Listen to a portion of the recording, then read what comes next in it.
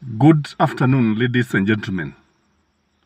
A number of Kenyans in the diaspora have been asking me to give an honest view on our country.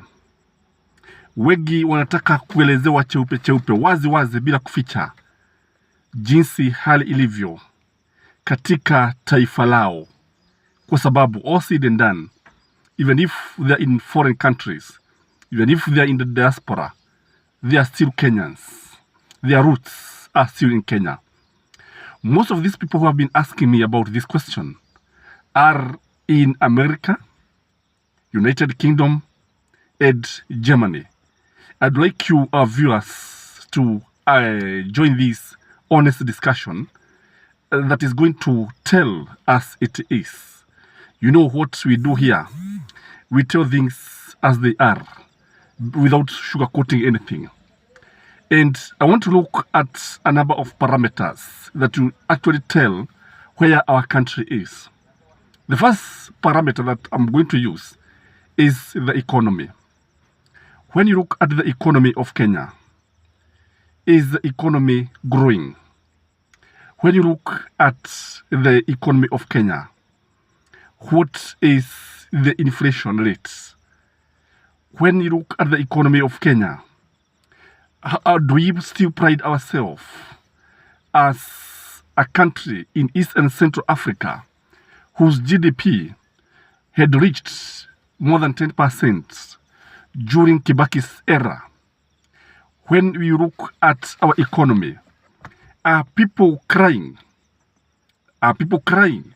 The price of commodities could be higher. But now, what of the purchasing power? What of the price index? What can we say about this? Because when you look at the economy, everything indicates that something is seriously wrong with our economy. When you look at the economy, everything indicates that kuna mambo ambayo hayaendi vizuri. Kila kitu kinaonyesha kwamba nchi ambayo, njia ambayo tunafuata, njia ya kiuchumi, ni njia ambayo haizai matunda. And unless something drastic may happen, unless something drastic happens in this nation, this economy can easily collapse. And what many people are asking is why the government has not been able to pay the civil servants up to this moment. And yesterday, we had none other than the president himself admitting that there's a problem with the economy. And he did not even indicate when they are going to pay the civil servants. And you see now, what you're likely to have is a demoralized civil servants. And without paying the civil servants, kile ambacho tunaweza kusema ni kwamba serikali inaweza ikakwama, inaweza ikajipata katika mambo mazito sana, mambo magumu sana, ili kuweza kuendelea na shughuli zake za kila siku. So the economy itself is showing that this country is not doing the right thing. Because you see, I believe Uhuru and Kibaki did better. Because where we are now, we are headed to where Arab Boy left this country. Truth be told, that is the reality. But the problem with the politicians is that they are blaming the former regime, which is not true. And if it were true, Moi Kibaki would have spent all his life blaming Arab Moi. But this did not happen. So the second parameter I would want us to use is the politics. When you look at the politics of this country, you realize there's a lot of polarization. You realize that all said and done, democracy is on sale. When you look at the politics of this nation, it is politics of vengeance. It is people who are swimming in power. They are blinded by power, especially those in Kenya Kwanza.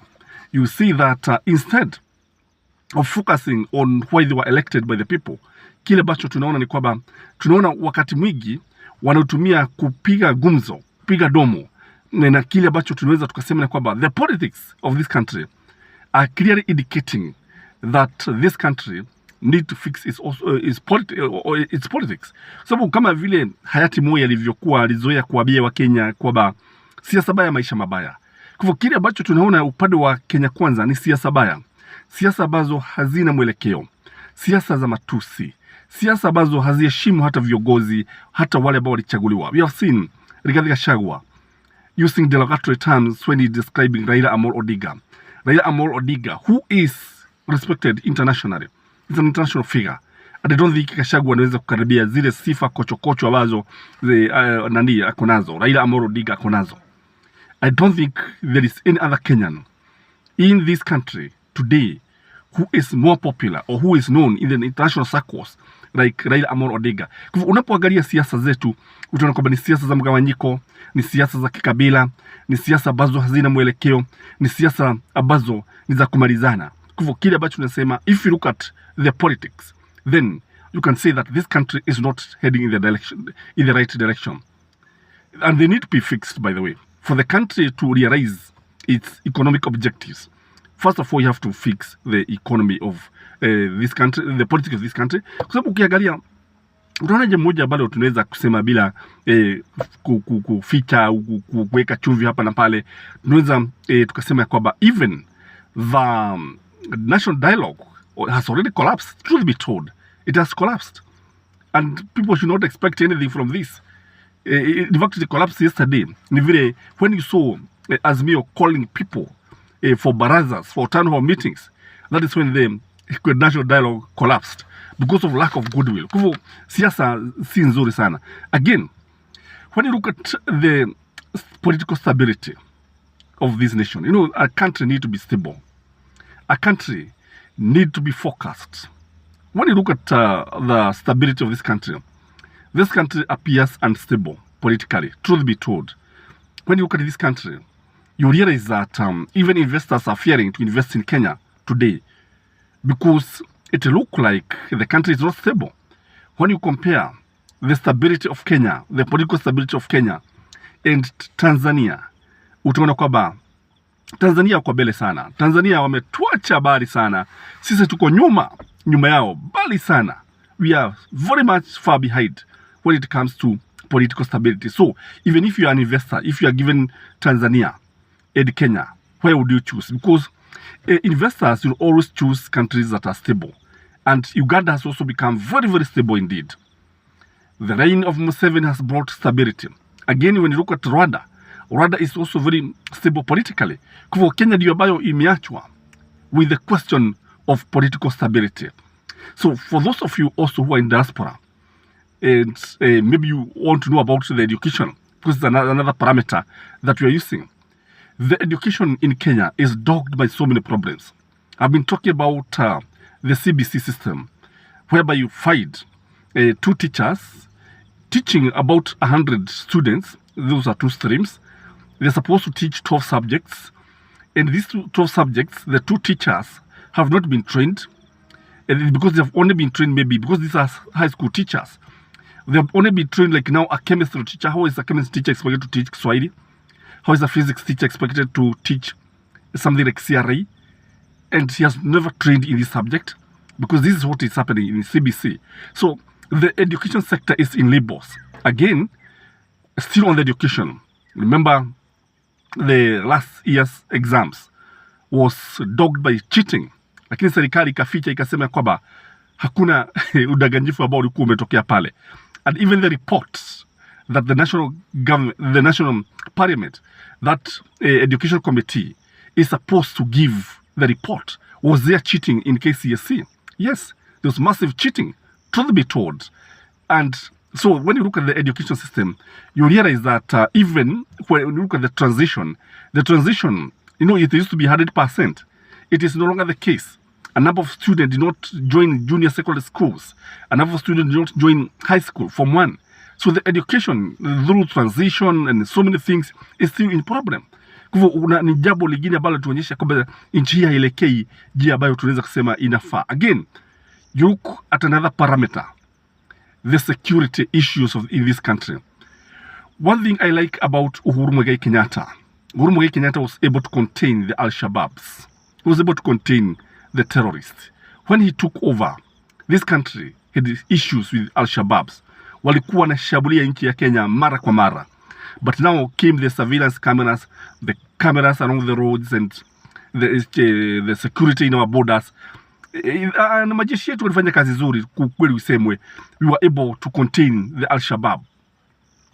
Lakini sasa ukiangalia William Samoei Ruto is being confronted by the bandits and they are proving a major headache for him. Indeed, they are overpowering the police backed by the military. Ukweli usemwe. And they are even raiding the hospitals na wanaenda wanachukua mateka mtu ambaye ameshikwa na polisi, he is in custody hata kama ako hospitalini, and they are able to rescue somebody who is under police custody, and they don't care. They are so daring. So when you look at our security, there is a lot to be desired. When you look at the invasion of private farms, this is also a security issue. Of late, we have seen private farms being zikivamiwa na watu wengi, majambazi. But the question that we are asking, where is the government in all this? Where was the government when the northern farm of KENYAN was invaded by goons?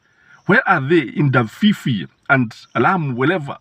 Because this one is turning out to be a nightmare. It's turning out to be a very serious problem in this country. Because now, when you look at the security, there are issues. And even the police have not been paid. No, they have not been increased their salary. Their salary has not been increased. Remember, jambo moja ambalo walisema ni kwamba wakishaweka Biblia chini wageongeza polisi, maafisa wa polisi mishahara yao, mpaka wa leo hajaongezwa. And do you think they are going to increase the salaries of policemen? I don't think they are going to increase the salaries. Hizi zilikuwa tu siasa. Jambo lingine ambalo tunaweza kuangalia ni the health sector. Our health facilities have no medicine. There are issues in the national referral hospitals. There are issues in level 5 hospitals. Sijui kama huko kwenu mnahudumiwa vizuri.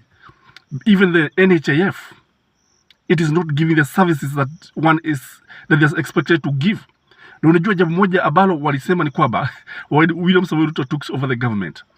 Alisema sijui within 100 days everybody shall have been enrolled by National Hospital Insurance Fund. Mpaka sasa ni watu wangapi ambao tunajua? Mimi najua watu wengi who are not at the NHIF. Wengi. And tunajaribu kuambia waingie na wengi wanakataa kwa sababu huoni sababu yote. So our health sector is also in crisis. Just like our education sector.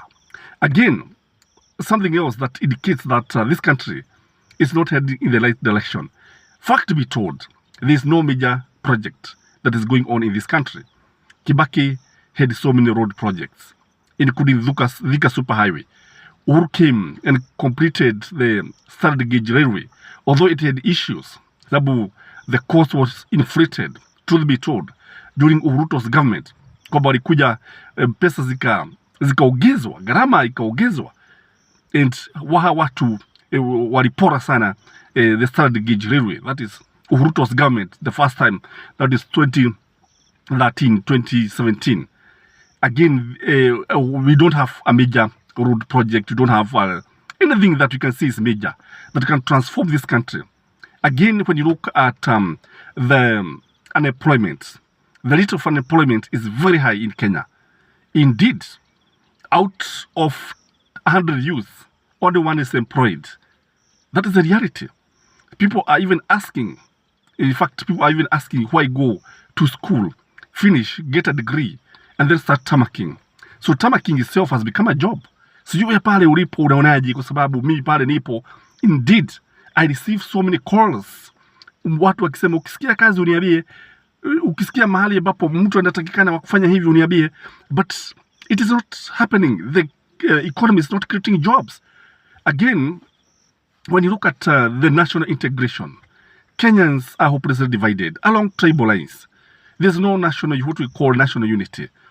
People, in fact, in some offices, unapata watu wanazungumza lugha ya mama. Lugha ya mama ndio inazungumziwa pale.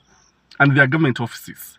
So when you look at the national integration, the government is failing this one.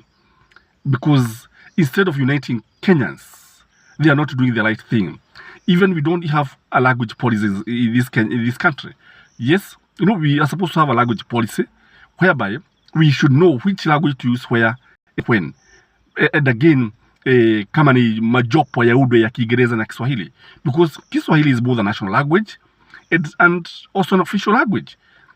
So ni vizuri tuwe na mikakati ambayo inaweza kuwaleta Wakenya pamoja waweze kuungana na ongee kwa sauti moja, because a people divided will always be defeated, but a people united shall never be defeated. So for those of you who are in the diaspora, for those of you who have been asking about our country, that is a clear picture of where we are, a situation that calls for something drastic to be done to save this country. I don't know what you think, our viewers, because from where I sit, I can tell you this country is in great crisis. This country is having serious problems. This is Skyman TV, the tallest man in Black Africa. Take that 1 minute, like this video. For those who have never subscribed, kindly subscribe, and may you have a blessed day. Bye-bye.